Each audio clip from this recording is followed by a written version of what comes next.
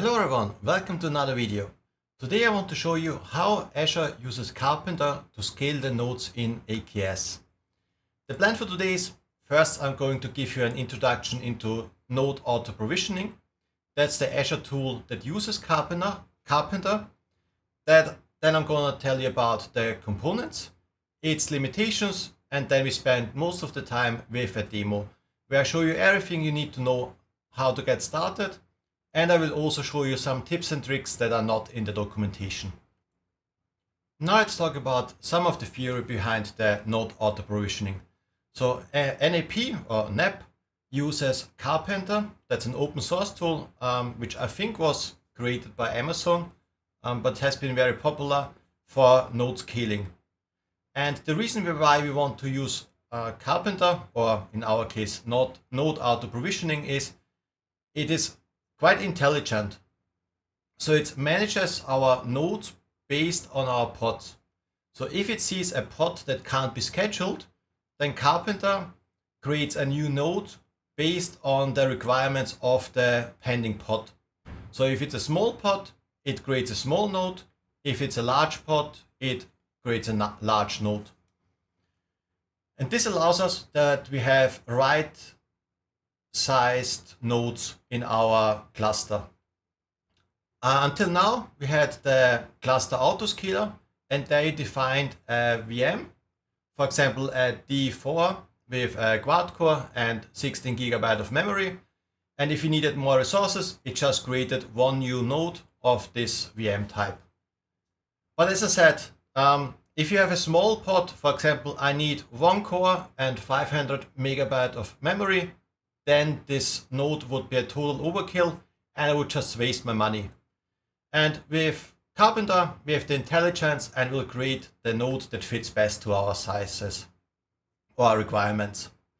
And in combination with this, it also checks the utilization of our nodes. For example, if we have 5 nodes and they're all utilized with 20%, then the Node Auto Provisioning tool will delete 1 or 2 nodes and pack them better on the existing nodes. Or it's also possible that it will just create a completely new node and then migrate our pods there. And this again helps with the costs, and I can also configure it to have it in different availability zones, which also helps with the high availability. This is what we're going to focus on today. So there are many configurations. I'm going to show you the most important ones to get started, and from then on you can try it out yourself. But before we do this, let's talk quickly about the 3 components of the Node Auto Provisioning. So the main component, which we're also going to use today most, is the node pool. Here we configure what kind of nodes we want to have. So you can say what operating system, what VM family, what availability zone. So we'll see later that you can configure everything, and then Karpenter will follow these rules. In combination with this, we have the AKS Node class. That's as well as the node pool a custom resource definition, which will be installed when we enable Node Auto Provisioning, and it configures the VM.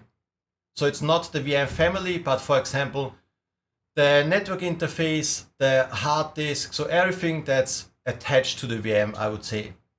Today we are only going to use it to configure the SSD size, so just so you have seen it, but we are not going to use it any further. Then lastly, the third component we have is node claims. This is something we don't have to manage, but it is used by Karpenter or by the Node Auto Provisioning, and it is used while we create new nodes. So we can see the current state of the provisioned nodes and what's going on. This is useful if something isn't working, then you might be able to take a look there and they can tell you what's going on. As with every tool, we also have a couple limitations. The first limitation we have with Node Auto Provisioning is that you can't use it with a cluster that has the autoscaler enabled. So you either have to choose which one you want to use. Usually, if you have a predictable workload that's not going to change much, you would probably use the autoscaler because you know how many resources you need And in case you need more, you just add one more VM with the autoscaler. If you have many different workloads, for example, pods that need half a CPU, half a gigabyte of memory, and then you have pods that need a couple CPU cores and a couple of gigabyte of memory, then the node auto provisioning is great because you can create the nodes you need and the nodes that fit the pods best. The next limitation we have with node auto provisioning is that you can't use node pools with Windows. To me, that's not big of a deal because I've never used Windows nodes. But in case if you're running Windows nodes, you can't use the tool. So you have to use the Cluster Autoscaler. Then something that might be relevant, especially for like dev and test clusters, is if you have node auto provisioning enabled, you can't stop the cluster. To me, that's also not such a big deal because with the node auto provisioning, we can also remove all our user nodes. So we just have our core nodes running, and the user nodes will be scaled down to 0, so I don't pay much anyways. Then the next downside is that we can't change the egress outbound type. So this means we have to define it when we create the cluster, and then we can't change it. If you have to change it in the future, you have to recreate your cluster. This is also something that's not happening too often, and maybe you create your cluster now and in a couple of years you want to change the egress type, then you have to recreate your cluster, but that's a one-off, so I think it's not the biggest problem. And lastly, it doesn't support clusters that use IPv6. Again, I don't think it's such a big deal because so many services don't support IPv6, and to be honest, I've never seen it being used in Azure because there's still not the compatibility there. But in case you're using it, keep in mind that you can't use node auto provisioning. The last thing I haven't mentioned yet is the pricing. The reason why I haven't mentioned this is you don't pay anything for it. So it's just a setting or a tool you can enable. When you create the cluster, or you can enable it when the cluster is already running, and then you can use it. And how to do this is something we're going to spend the rest of the video now. So let's switch over to the terminal. Let's create a new AKS cluster, and then we are going to configure node auto provisioning. All right, here in the terminal, let's define a couple variables before we get started. So this is the name of my AKS cluster, the resource group, and the location. And then I also have here the name of a second cluster, because we're going to create two clusters today. First with the default configuration, which I'm just going to show you quickly how it looks if you don't change anything. And then we are going to create the configuration ourselves and also going to change it in the future ourselves. But if you just want to get started with node auto provisioning, you can use the default one. So once we've created the variables, we are going to create a new resource group. And then we're going to deploy our first AKS cluster in this resource group. So what we're using is the default name, the resource group. Then we're using the network plugin Azure and the network plugin mode overlay. These are the default values, so you don't have to use them. I just put them there so you see what's going on behind the scenes. Then I'm using Cilium as the data plane. I don't want to talk too much about Cilium because I will have another video coming out in 2 weeks where I'll tell you everything about Cilium. The reason why we're using it is that with Cilium, we don't use kubeproxy for networking, and Cilium is just faster. This means if we dynamically create our nodes, it will be faster. Then I'm using one VM as my master node, and we are going to use a B2S. So that's a very small node, and it's so small that I won't be able to schedule anything of it. Therefore, we're going to need node auto provisioning to add more nodes to the cluster. Then we also have this node count 1 again, so we don't have enough resources. And the last setting here is the node auto provisioning mode is set to auto. So in this case, AKS will create or deploy node auto provisioning, and it will also create the AKS node class and the node pool for us. So we don't have to configure anything. Also, lastly, the no wait parameter means that I can use the terminal while the cluster is being created. And we're using this because we're going to create a second cluster. Here we have again the entirely same settings from top to bottom. The only difference is the last parameter. Here we say with the node provisioning default pools, none. This means we don't want to have a node pool or AKS node class created by Azure for us, because we are going to do it ourselves. So I'm going to create a cluster. It will take around 5 to 10 minutes, and then we're going to take a look at Node Auto Provisioning. If you want to follow the demo along, I will have the link in the description where you can download all the code from today, so you don't have to type anything. And for now, I'm going to stop the video until the cluster is created, and then we'll continue. Both our clusters have been created. Now I can download the credentials of the first cluster with the default configuration. So now let's take a look what the default configuration actually contains.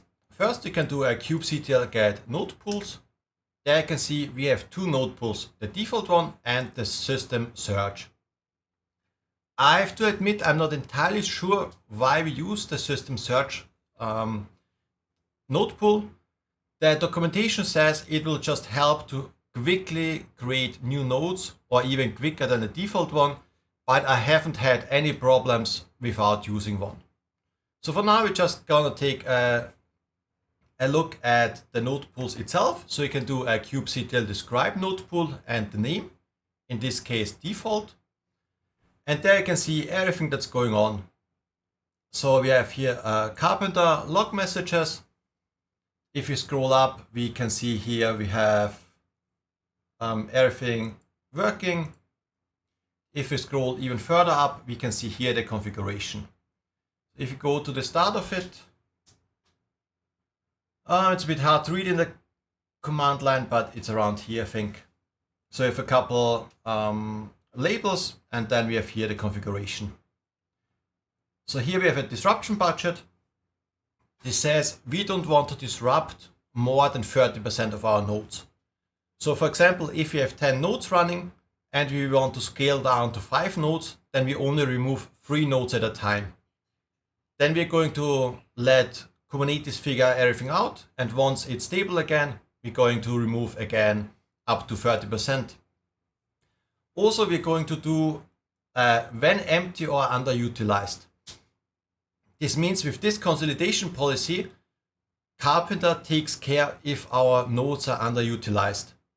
For example, if I have 5 nodes, all are running with 20% utilization, then Karpenter will take 1 or 2 away until we have a higher utilization. Then we have here a label we're using as a data plane Cilium. That's what we had in the configuration.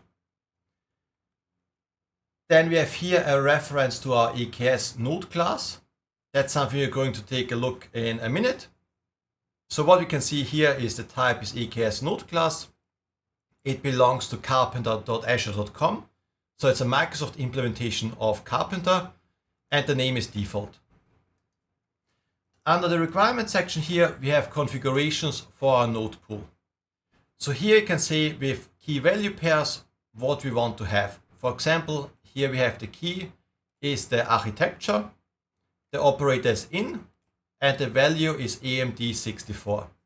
So this means that we only schedule nodes that have a key with the name kubernetes.io architecture or arc. And the value must be in the values we have here in this list. We only have one value in our list, and that's AMD64. And this means we want a node or VM with this architecture. The same with the operating system. Here we say we want a node with the operating system Linux. Then we have the capacity type is on demand. In Azure we have 2 different types, on demand and spot. Spot VMs are way cheaper, but Azure can take them back within 30 seconds. This means spot VMs are only available if the data center is underutilized, but if Microsoft needs the resources, they will take it back. Nowadays, with all the computing and AI demand, it's very hard to get a spot VM anyways, so I'm only going to use on demand in this case. Then we have the SKU family or SKU, and here we say we use any VM in the D family. This means Karpenter can take any VM in the D family that fits our use case. So if you only need a couple resources, it will create a small one. If you need a lot of resources, it will create a bigger one. And lastly, we have here a startup taint.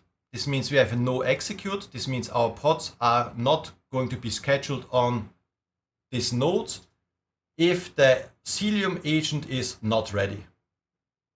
So this is again an advantage of using Cilium, because we can have this taint and then we only schedule pods on our nodes when the networking infrastructure is ready. I think when you see the first time, like I just showed it to you, it's very complicated. So later we are going to have many different demos where you can see it in use. But I think this is all you have to know just to get started. So we can do the kubectl describe node pool, and there you can see the configuration. So let's do this again. And this time we do it for the system search. Here you can see it looks basically the same.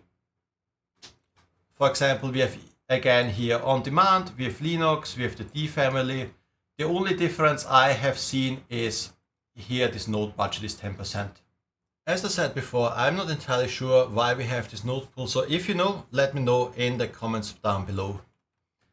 Now let's take a look at our AKS node classes. So we do a kubectl get AKS node class. And here you can see we also have two, the default and the system search one. So if you take a look at the default one with kubectl describe AKS node class, then we can see that it's going to describe our VM. So here we have our Ubuntu containerd version. Then we have our Hyper-V generation. So you can see we have everything for the VM in there. I think we don't have to look too much into it. It's just like the configuration of the hardware of the VM itself. We are going to keep it as simple as possible. So I'm also going to configure the OS disk size, and that's good enough to get started. So now you could also already schedule your pods. And if the pods are not being scheduled, then the Node Auto Provisioner will create the new nodes for you. And that's exactly what we're going to do now in our cluster that doesn't have any node pools installed yet. So I'm going to download the credentials of our second cluster. And if we do here a kubectl get node pools, then we can see we don't have any because we told it to not create the default ones. This means we have to create the node pool and the AKS node class ourselves. First, we're going to create the AKS node class because we're going to reference it in the node pool. And as I said, I have it as simple as possible. So I provide the name as my node class and the OS disk size is 128 GB. Then we are going to apply this. And with this, we can now create our node pool. So let me paste the code, and then we're going to take a look at it. So here we have almost exactly the same code as we have seen before. What I changed is the name. I changed it to my node pool. Then I also changed here this expiry after. This means our node will be deleted if it's 720 hours old. That's approximately 1 month. And this will guarantee that we will always have more or less up-to-date nodes. This means the node will be deleted and the next node will be created. And this node will also have all the security patches installed. You could also select a short amount, but you don't want to have too much disruption in your cluster. So you have to figure out a middle ground between having security updates immediately installed and the stable operation of the nodes. Then in the node class reference, we reference the AKS node class we just created. So here we have the type and the name of the node class. And in the requirements, we have exactly the same configuration as before. So we say as architecture, we want AMD 64, we want Linux as operating system, we have on demand as the type, and we're using the D family. So we can apply this one now. And now we can check what is going on in our cluster. So to do this, we do a kubectl get nodes. And here you can see we have one node, that's our system node, and it's running since we created our cluster. With this, we can now create a test application and then see how the Node Auto Provisioning actually works. So I'm going to paste a very simple test application in here. I call it NAP test workload. I only have one replica to get started. As the container, I'm using Nginx because I don't care actually what's running. I just want to have something running. And what's interesting is for the requests, I have one CPU core and 256 megabytes of memory. That's quite a large or a lot of requests, but it will help me with the scaling because my current node doesn't have enough resources for this, and so Node Auto Provisioning will create a node for me.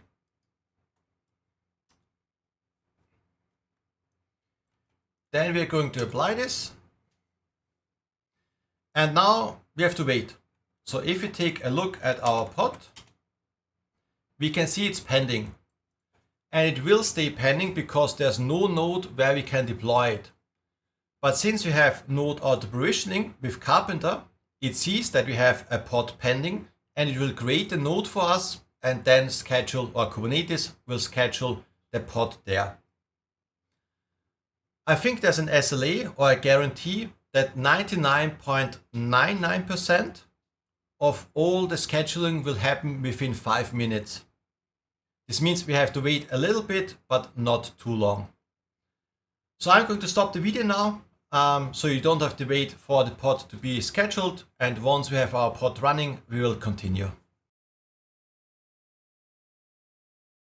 Here you can see it took 78 seconds for the node creation and the pod scheduling. Now you can take a look at the node that has been created, and we can also use the label karpenterazure.com with the SKU name. So if we execute this, then we see we have here the node pool, and the family is a standard D2 ALS version 6. Since we have one pod that needs one CPU and 256 megabytes of memory, Karpenter scheduled the smallest available node, and so I don't have my cluster underutilized and I don't waste money on it. Now let's take our test application and scale it to 15 replicas. This means we need way more CPU, a little bit more of memory, and let's just see what Karpenter is doing. So we can take again a look at our pods. We can see here a whole bunch of pods that are pending because right now we don't have the resources for it. So again, Karpenter will see this, will create new nodes. It might even delete the existing nodes and just create one large node. We will see. So I'm going to stop the video and we'll see what happened once everything is deployed. I think all our pods are running now. And what's interesting, what we can see here, that a pod has been terminated that was created less than 6 minutes ago. So this is probably the pod we created when we deployed the test application, and Karpenter rescheduled the pod. This means Karpenter probably deleted the node and created new nodes. So let's take a look again at the kubectl get nodes with the SKU family, and let's see what we have right now. So here we can see we have again just one VM, but this time it's of the type D16 ALS v6. This means with a 16 core, I think 48 gigabyte of memory, or 64 gigabyte, it's always times 4, So it's quite a beefy VM, but we only have one.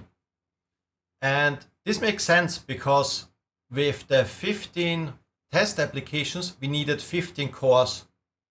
And this node gives us 16 minus a couple of percentage used for Kubernetes itself. So this VM is running quite full and quite efficient.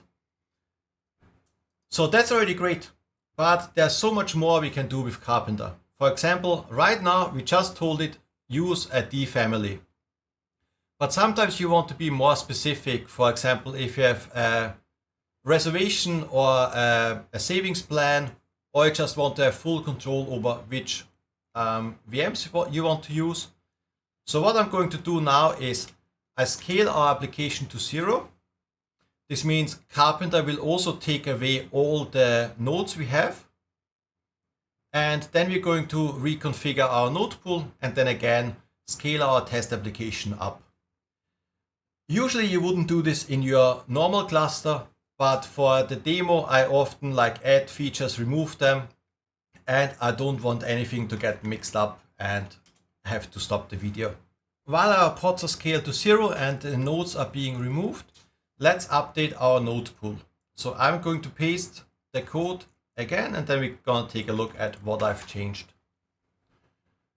So here you can see it's the same node pool as we have used before, and the only change I made this time is here in the SKU family. The SKU name. First we had with the family the D, but now I'm using the name and I say exactly what VM I want to use. So in this case I want to use the D family of D8 and in the E family the 2 ADS. This can be useful if you only have a certain amount of quota in a region. For example, in my subscription I only have quota for D and E, and with this I can exactly configure what VMs I want to use, and I most likely don't run out of quota. So let's apply this.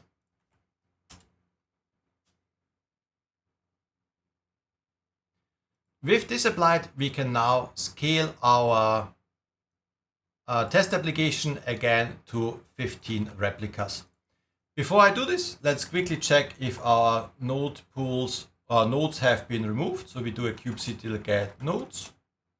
And there you can see we only have this one system node left, which means we can now scale again to 15 replicas. Then we check on our pods. We can see they are pending. We're gonna wait again 1 to 2 minutes probably, and then we will see what pods or what nodes we have running.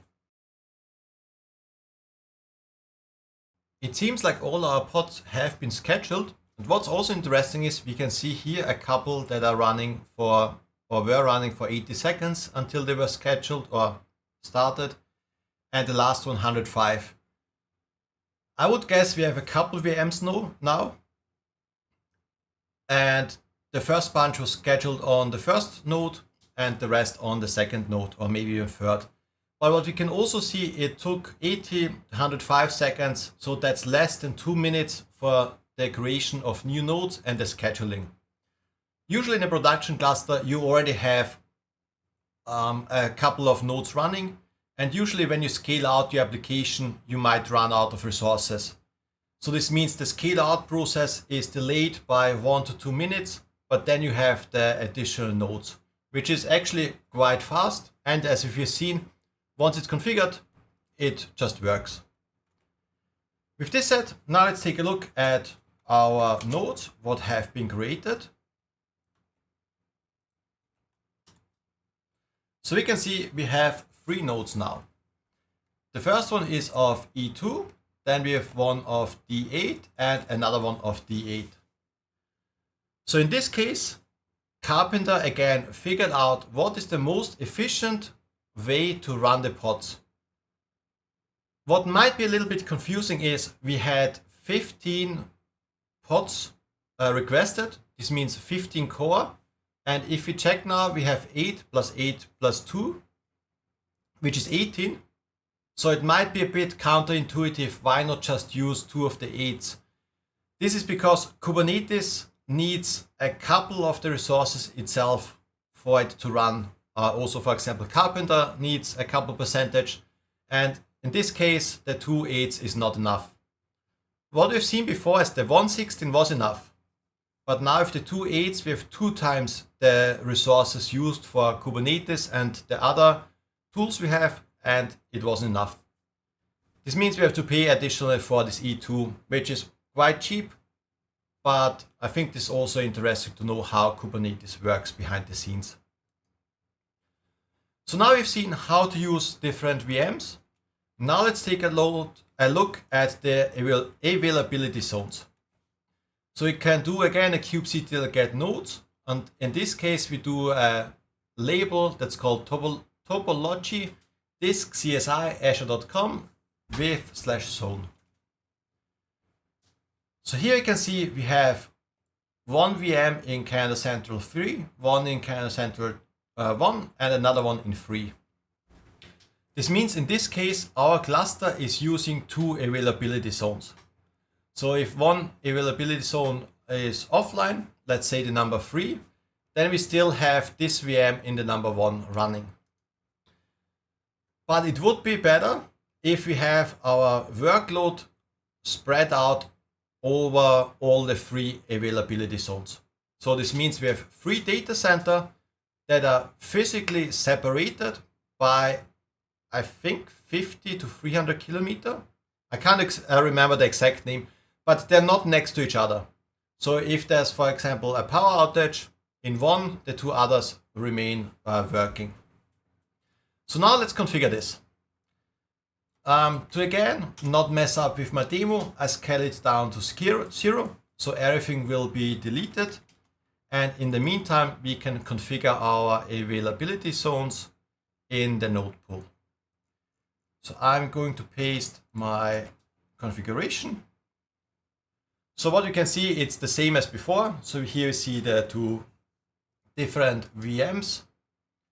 And what I've added here is this kubernetes.io/zone. And here I say I want my VMs in these 3 zones. So it's Canada Central 1, 2, and 3.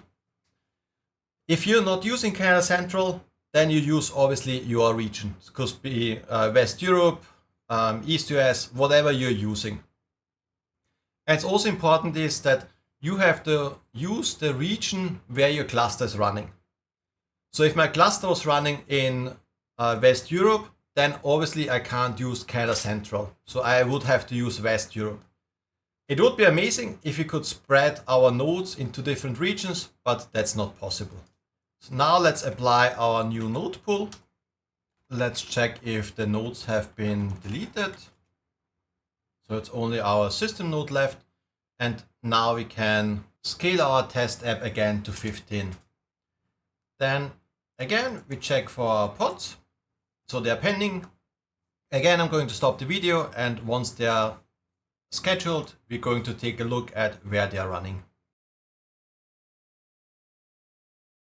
This time it took a bit over 2 minutes, but all our pods should be scheduled now. So let's take a look in what zone they have been scheduled. And what we can see here is that's not the 3 zones we configured. So we have here in number 1, 1 in number 2, and then again 1 in number 1. This is something we didn't expect. And if you read the AKS engineering blog or the documentation about the Node Auto Provisioning, it also doesn't tell you anything about it. So the problem with this is that what we configured before is only that we allow our VMs to be in all the 3 zones. We didn't configure that we want to have our pods scheduled in all 3 nodes. This is something we have to configure in the deployment of our pod. This is something the documentation doesn't tell you, but now let's take a look at the deployment of our test application and what we have to change. So let me paste the code, and then we're going to take a look. So here it's exactly the same as before, but what is new is now this topology spread constraints. Here we can configure how we want to spread our pods. So for example, we have here the min domains is free, and these domains are referencing this topology key, and this key says the zone. So that's how we configure in Azure the free availability zones. This means we want to have our pods running in at least 3 availability zones, which is also the maximum. Then we can also configure this max SKU. So here we say it's 1. This means there can only be a difference of 1 between the different zones. This means if we have 4 pods, then we have 1 running in one region, another one running in one region, and then 2 running in the third region. But it can't be, for example, if we have 5 pods, that we have 1, 1, 3, because then the max SKU would be 2. Then we have this when unsatisfiable. So here we configure what should happen if we can't schedule the pods like we want it. So here I said do not schedule. This means if I don't have the 3 availability zones, I don't schedule them. I might raise an alarm in my monitoring tool, but at least I know something didn't work. You could also use this schedule anyway. So for example, if you only have 2 availability zones available, then it will schedule it anyway. But this is a bit of a compromise. Do you want your application running with all the pods, or do you want it to be spread as you configured? So I would say for critical applications, you would use the do not schedule, and for less critical, you do the schedule anyway. Lastly, with the label selector, we say what application we are talking about. So this is our test application. So we're going to apply this. Now we're going to wait a bit again for our deployment to figure out what's going on. And then we're going to take a look at our zones. All right, I've waited a couple minutes. We can see we have here a couple of pods running. So now let's see what happened. First, let's take a look at the zones again with the kubectl delegate nodes with the zone label. And what we can see here with Canada Central 3, 1, and 2. So that's great. So this sounds like we've spread our nodes of all availability zones, our application is running, everything is great. But if we take now a look at the pods, then we can see we have still a whole bunch of pending pods, and only a handful of the pods are running. Now the question is, what happened? We have our nodes, we have seen the nodes have been created, they're spread around availability zones, so everything should be fine. And this is something, again, Azure specific, that's mentioned in a GitHub issue, but nowhere mentioned in the documentation yet. I've been talking with the AKS team to add more documentation, but I'm waiting on a response from them yet. So for now, I have to show you in this video how to figure out what the problem is. The best way to figure out if something doesn't work is if you take a look at the events of Karpenter. So you do a kubectl get events from all namespaces. Then you use the field selector, and there you can configure what you want to filter. For example, if the type is warning, so everything that's not good. And also the reporting component is Karpenter. So in this case, we get all the warnings from Karpenter. And additionally, we sort them by the last timestamp. So with the newest logs first.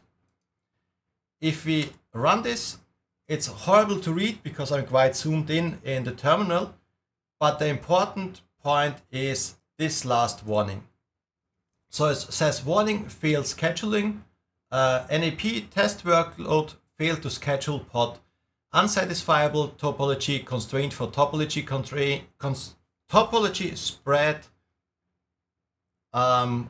zone.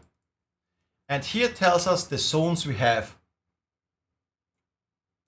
So we have 0 pods running in zone 0. We have 1 pod running in zone Canada Central 1. we have one pod running in Zone Canada Central 2 and with one pod running in Canada Central 3.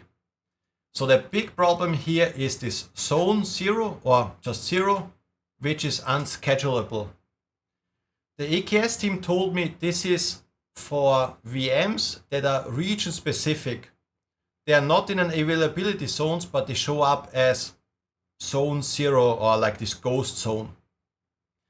And since we configured the max queue as 1, we can't schedule any more pods because we have here 1, we have here 1, and we have here 1, and here we have 0. This means the queue is 1 right now. If we would schedule another one in Canada Central 1, then we would have a 2 here, but the queue would be 2, which is violating what we've configured. And there's no way around like deleting this Zone 0, ignoring it. So this means we have to update our deployment again to get around this. So I'm going to scale down to 0 again just to clean up everything. And while everything is cleaned up, let me paste the new code for our deployment. So what we have here is again everything as we had before. One thing I forgot to mention is I changed the replicas to 10 because 10 is just easier to display or to count. Then we have our topology spread constraint, exactly the same as before. But now we have new here this affinity. With this affinity, we can configure where we want to run our pods. So we can have a node affinity. This means we want to run it on a specific node. Or we can also have a pod affinity where we want to run it with a certain pod or not run it if a certain pod is running there. I have an entire video about the scheduling mechanism, affinity, anti-affinity, taints, and so on. I will link it in the description down below if you're interested. But for now, what we configure is that we have here this affinity. This means where we want to run our pods.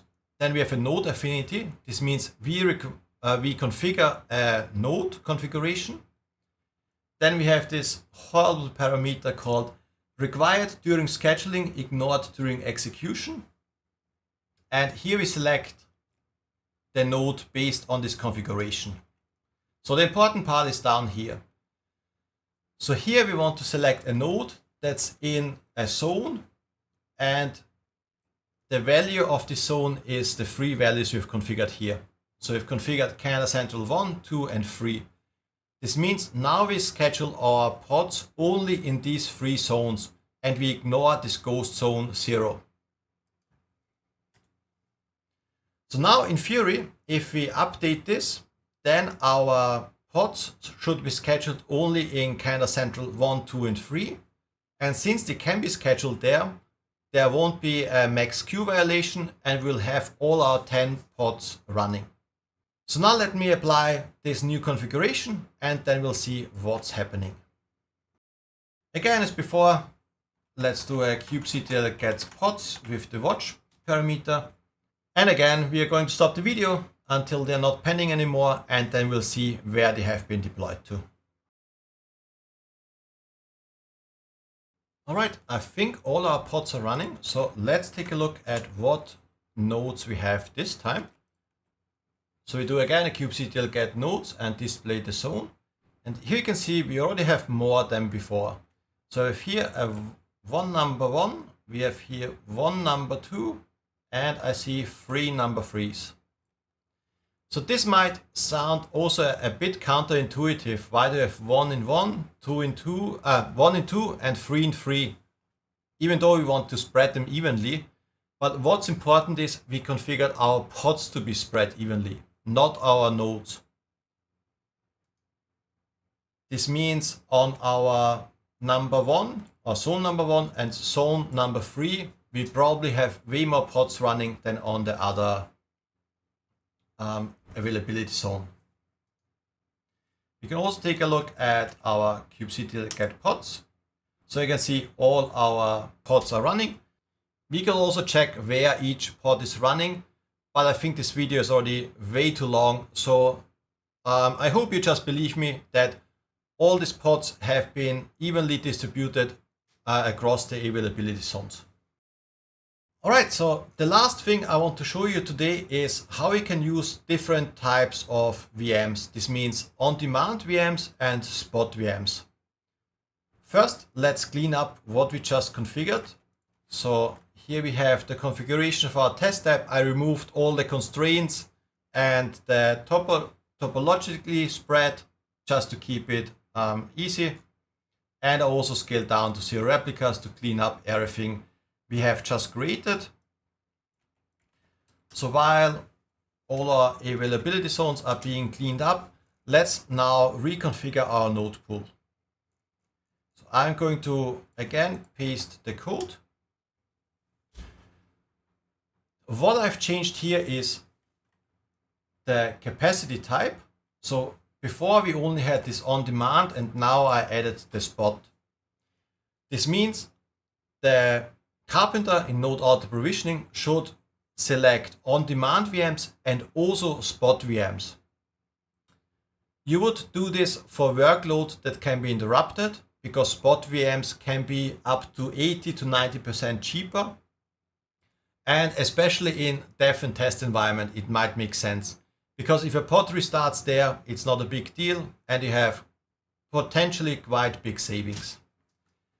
What I've also changed is I reverted back to the SKU family and I only use the D value because I don't have too much quota. I only have some quota for D and E. And if I don't configure this, then Karpenter will check all the SKU families if it can find a spot VM there, and it will just take longer. So for the sake of the demo, it's easier to just have this D here. Then we are going to apply this. And now I'm going to scale our workload to 30 replicas. The reason why I'm doing this is with more pods, we have a higher chance to see different VMs, maybe also different types. So let's check our pods again, and we'll continue once they have been deployed. It seems like the pods are running now. What's interesting is that it took almost 5 minutes now. This is because Karpenter checks for spot VMs and checks all SKUs, all VMs, and it just takes longer. Now let's take a look at what nodes or VMs we got with the kubectl-get node, but this time we use the capacity type label. Here you can see we only got 2 and both are on demand. So I would guess we don't have any capacity in Calendar Central for spot, but we can also check the events. So again, the same command as before with the kubectl-get events.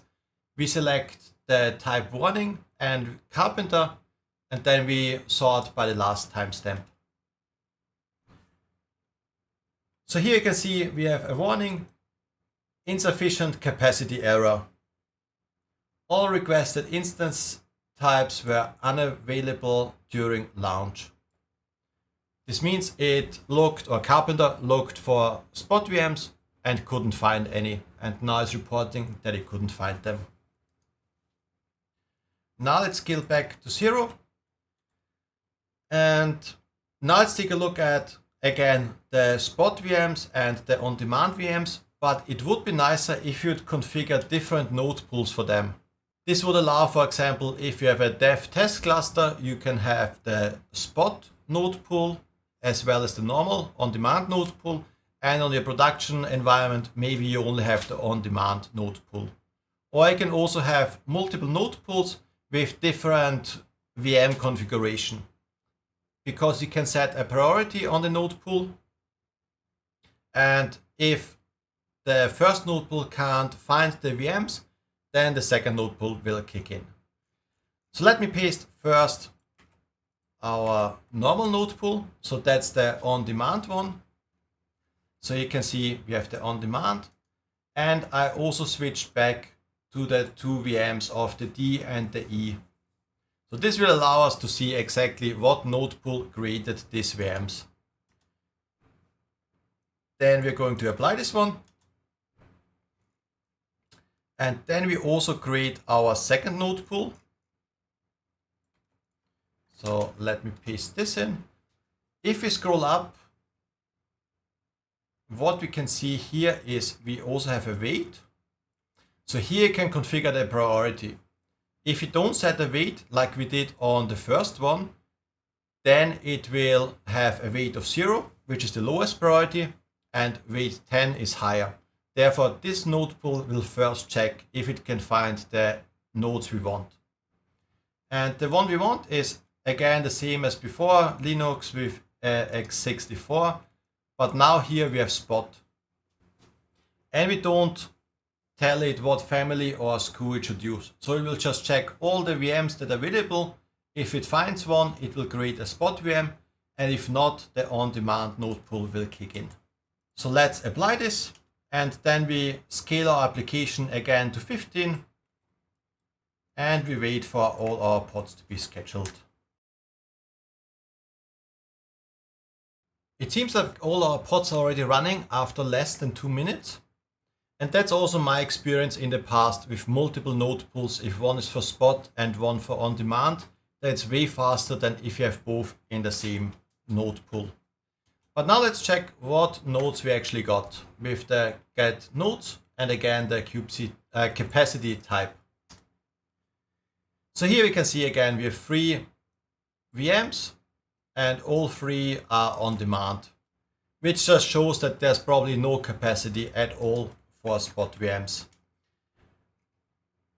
Let's check the logs one last time. And here you can also get the same error message for our node pool with the name my node pool Spot. It says no compatible available instance types. This means there are just no Spot VMs, but this shows that we can configure it if there are any around. If there are none around, we can see it in the error message and we at least know what's going on. That's everything I want to show you today. The video actually got way longer than I anticipated, but there's so much you can configure with the Node Auto Provisioning.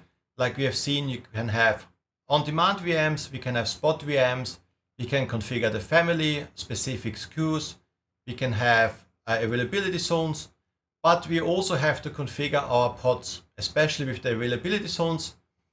Unfortunately, the documentation doesn't tell you, but if you have availability zones configured in your Node Auto Provisioning, you also have to configure it in the pods, and you also have to demand them to be spread around availability zones.